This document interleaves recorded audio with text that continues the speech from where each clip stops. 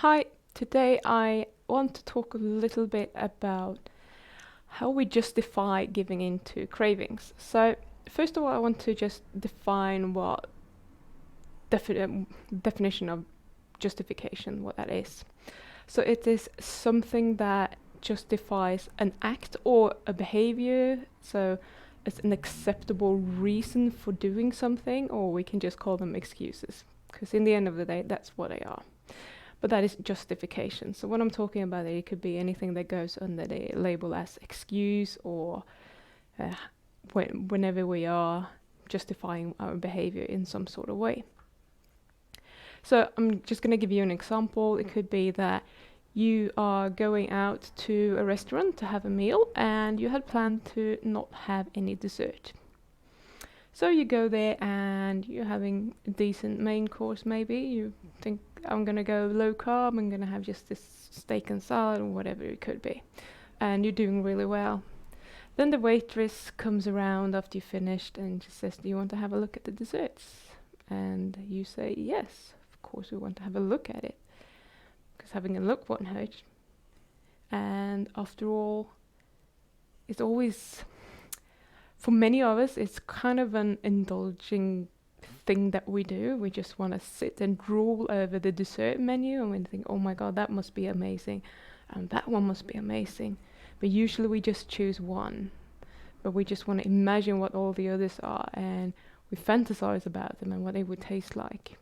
So it's just something that maybe is a big part of what you usually do when you go out for a meal. So anyway, you have a look at the menu and all of a sudden you see that they have a chocolate fudge brownie with caramel cream and you think, oh my god, I need that. That sounds so amazing. So you're ordering it and you're justifying it by, oh, it's just this one time. I'm not out eating every day. I don't have to finish it all. My partner or whoever you are with might want to finish it for you. And you would so miss out if you didn't try it. And maybe it was special of the week. Maybe they won't have it next time you come there. And of course you end up eating the whole thing. That's what we do. Because it is as amazing as you thought that it would be. So of course you had to finish it off. It would be a shame to throw away half of the dessert. So now we've justified having this cake. But we were quite full before we started eating the dessert. And now we're feeling overfull. You almost feel a bit sick. And you might even have a heartburn. So you stop beating yourself up about it already because you don't feel good physically. You just ate too much. So you're wondering, why did I do this to myself? And why can't I ever stay on plan?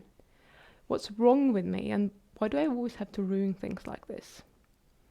So you keep beating yourself up about what you just did, even though you justified it with a perfectly reasonable reason for why you should do it. Now you're beating yourself up about it because you don't feel good about it anymore. And then later on, when you're at home, dinner has settled a bit, you do obviously not feel very good because you've been talking down to yourself all evening about how stupid you were for eating that dessert that you shouldn't have had. How on earth can anyone be so stupid that they make plans and then don't follow them? So you just put on Netflix, go and grab a bowl of popcorn, a chocolate bar and a cupcake because you're feeling sorry for yourself. You're thinking, I already ruined it. I may as well continue. I'm such an idiot. And you're justifying this continued behavior again. So by going off plan, you're just spiraling yourself into a situation that you do not want to be in when you're totally out of control. You keep thinking that I can just start again on Monday. I've already ruined it now, so I may as well continue. But I have said it before and I say it again. This is not the case. Every time you allow a craving and don't give in to it, you will reinforce this neural pathway. So every time you can allow a craving without reacting to it, it's a small win. But every time you go off plan, that's a small loss, if you like, or you're reinforcing the old pathway, which will just make it take so much longer for you to quit sugar or get rid of those cravings. So you may truly not know how to honor your commitments to yourself, because these justifications, they seem really true, they're very sneaky, they seem totally reasonable, and they feel true. So we rarely question them and look for other solutions. So if you were to question this and look for different solutions, what could you have done in this situation? It was a one-off. They only had the chocolate fudge brownie with caramel cream today, and they may not have it ever again. What could you have done? You could have bought it, taken it home, put it in the fridge, and decided to eat it tomorrow. That way, you could have planned for it, you would still have got it, just not right now, and you would have reinforced your use of your prefrontal cortex, that your planning part of the brain. So you would reinforce this sort of behavior that you are in charge here. You do not let the lower part of your brain take over. And you would still have got to eaten it. No huge drama, right? So there are usually solutions to these justifications, if you like. So whenever you hear yourself justifying a certain behavior, question yourself whether there is another solution that you could use instead. And so another one, I want to mention this one, is the I don't feel like it justification. That's such a bad one. It's not a very good one, because everyone is using it, and we're using it in all sort of situations. So it doesn't matter if you don't feel like it. When you have a plan, you need to stick to it, regardless of what is going on. So make your plan non-negotiable. If for me, I'm not a smoker. I have never been a smoker. I really do not like cigarettes or any type of smoking. I find it disgusting. So if I was in a room with other people that were smoking, first of all, I'd probably ask them to leave, or I would leave. But let's say that is not an issue for me. And they would say, come on, just have a little bit of, smoke. And I would just say no. And it's non-negotiable. It's just not something that I do. So you need to get to a place where you have a plan, it's non-negotiable, you following the plan no matter what. It's not up for discussion. So this is where you want to get to. When you're so committed to following your plan and reaching your goals, that is the only way that is counting right now. Okay? So, as I said, this doesn't just happen with food, it happens with everything in life. So, I bet many of you are talking about doing one thing and then you end up doing another thing. And I certainly do this. It's terrible, but I do, and I still do it. And I am now in a place where I can follow my plan, but I often have resistance to following the plan because I would rather do something else. So if I'm using this justification, I don't feel like doing that thing that I planned, I would rather do this other thing.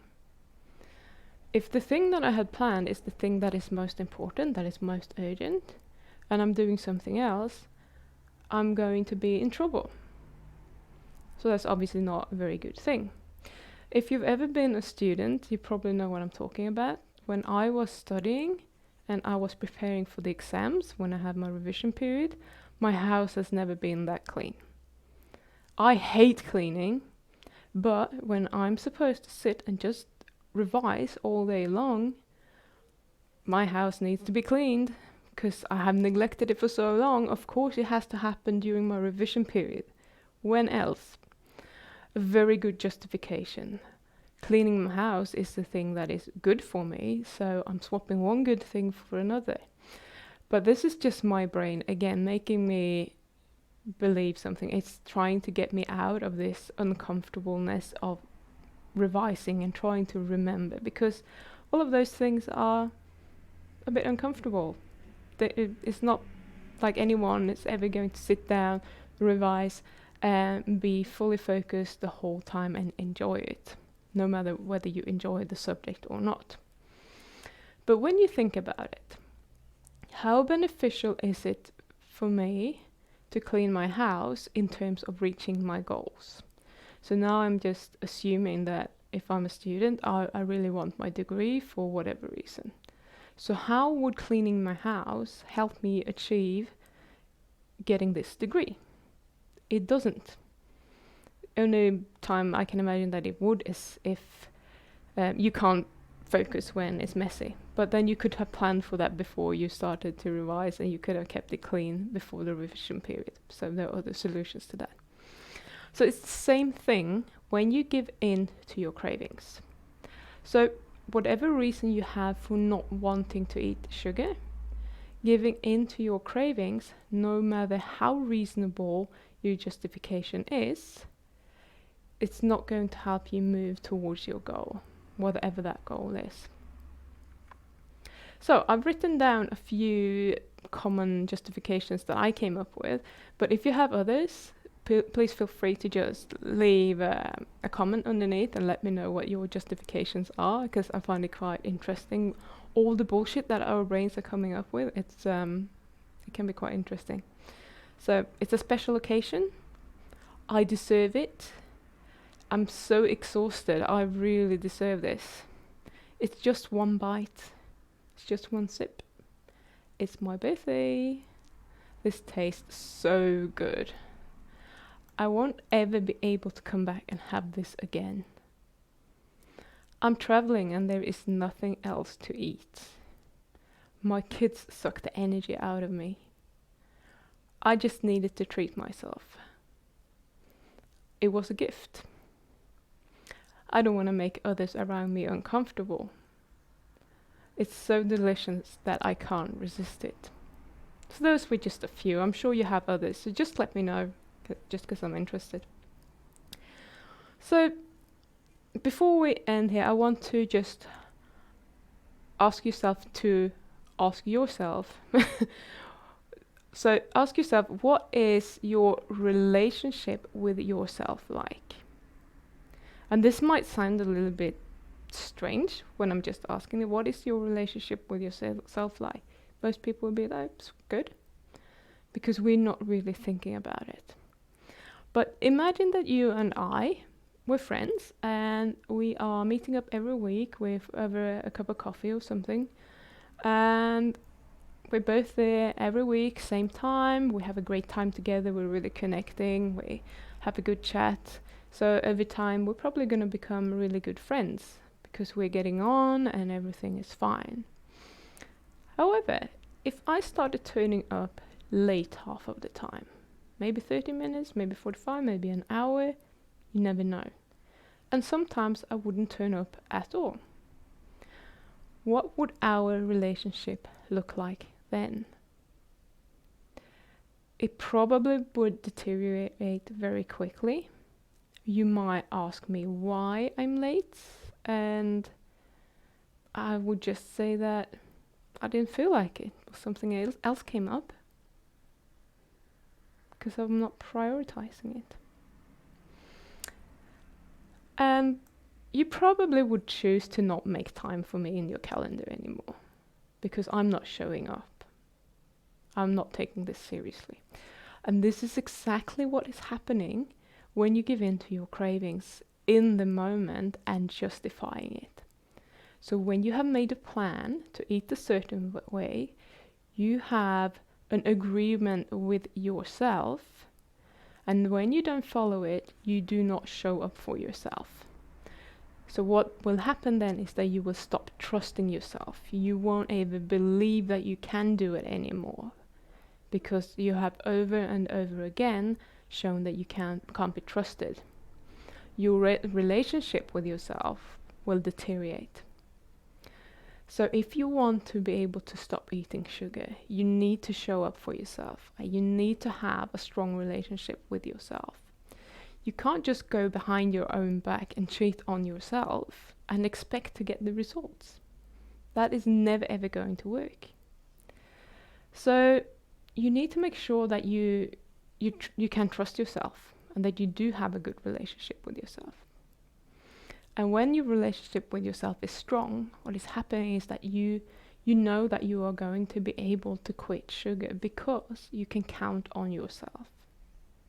So this might have been a bit deep, but essentially this is what is happening a lot of the time. We don't trust ourselves that we can do this because we have over and over again let ourselves down. So we need to find something that is completely non-negotiable. So when you're making a plan, make a plan that you can follow. And with this I mean, if you don't think that you can follow your plan, you need to adjust it, even if that gives you some leeway to have sugar for now. You need to first of all build this trust with yourself and strengthen your relationship with yourself so that you can actually trust that you can follow your plan. And then you can start making this plan more according to your goals that you want to achieve. So you might have to start out with, okay, I'm going to have 100 grams of chocolate every day, because that is a plan that I can keep. And then you, over time, when you know that you can stick to it, you can start reducing the amount of chocolate that you have, for example. So I hope this has been helpful. Just leave a comment if you have any questions, if something was unclear, or if you need any help or whatever. Subscribe if you haven't subscribed yet, and join my Facebook group as well. So awesome to speak to you today. Have a good day. See ya. Bye.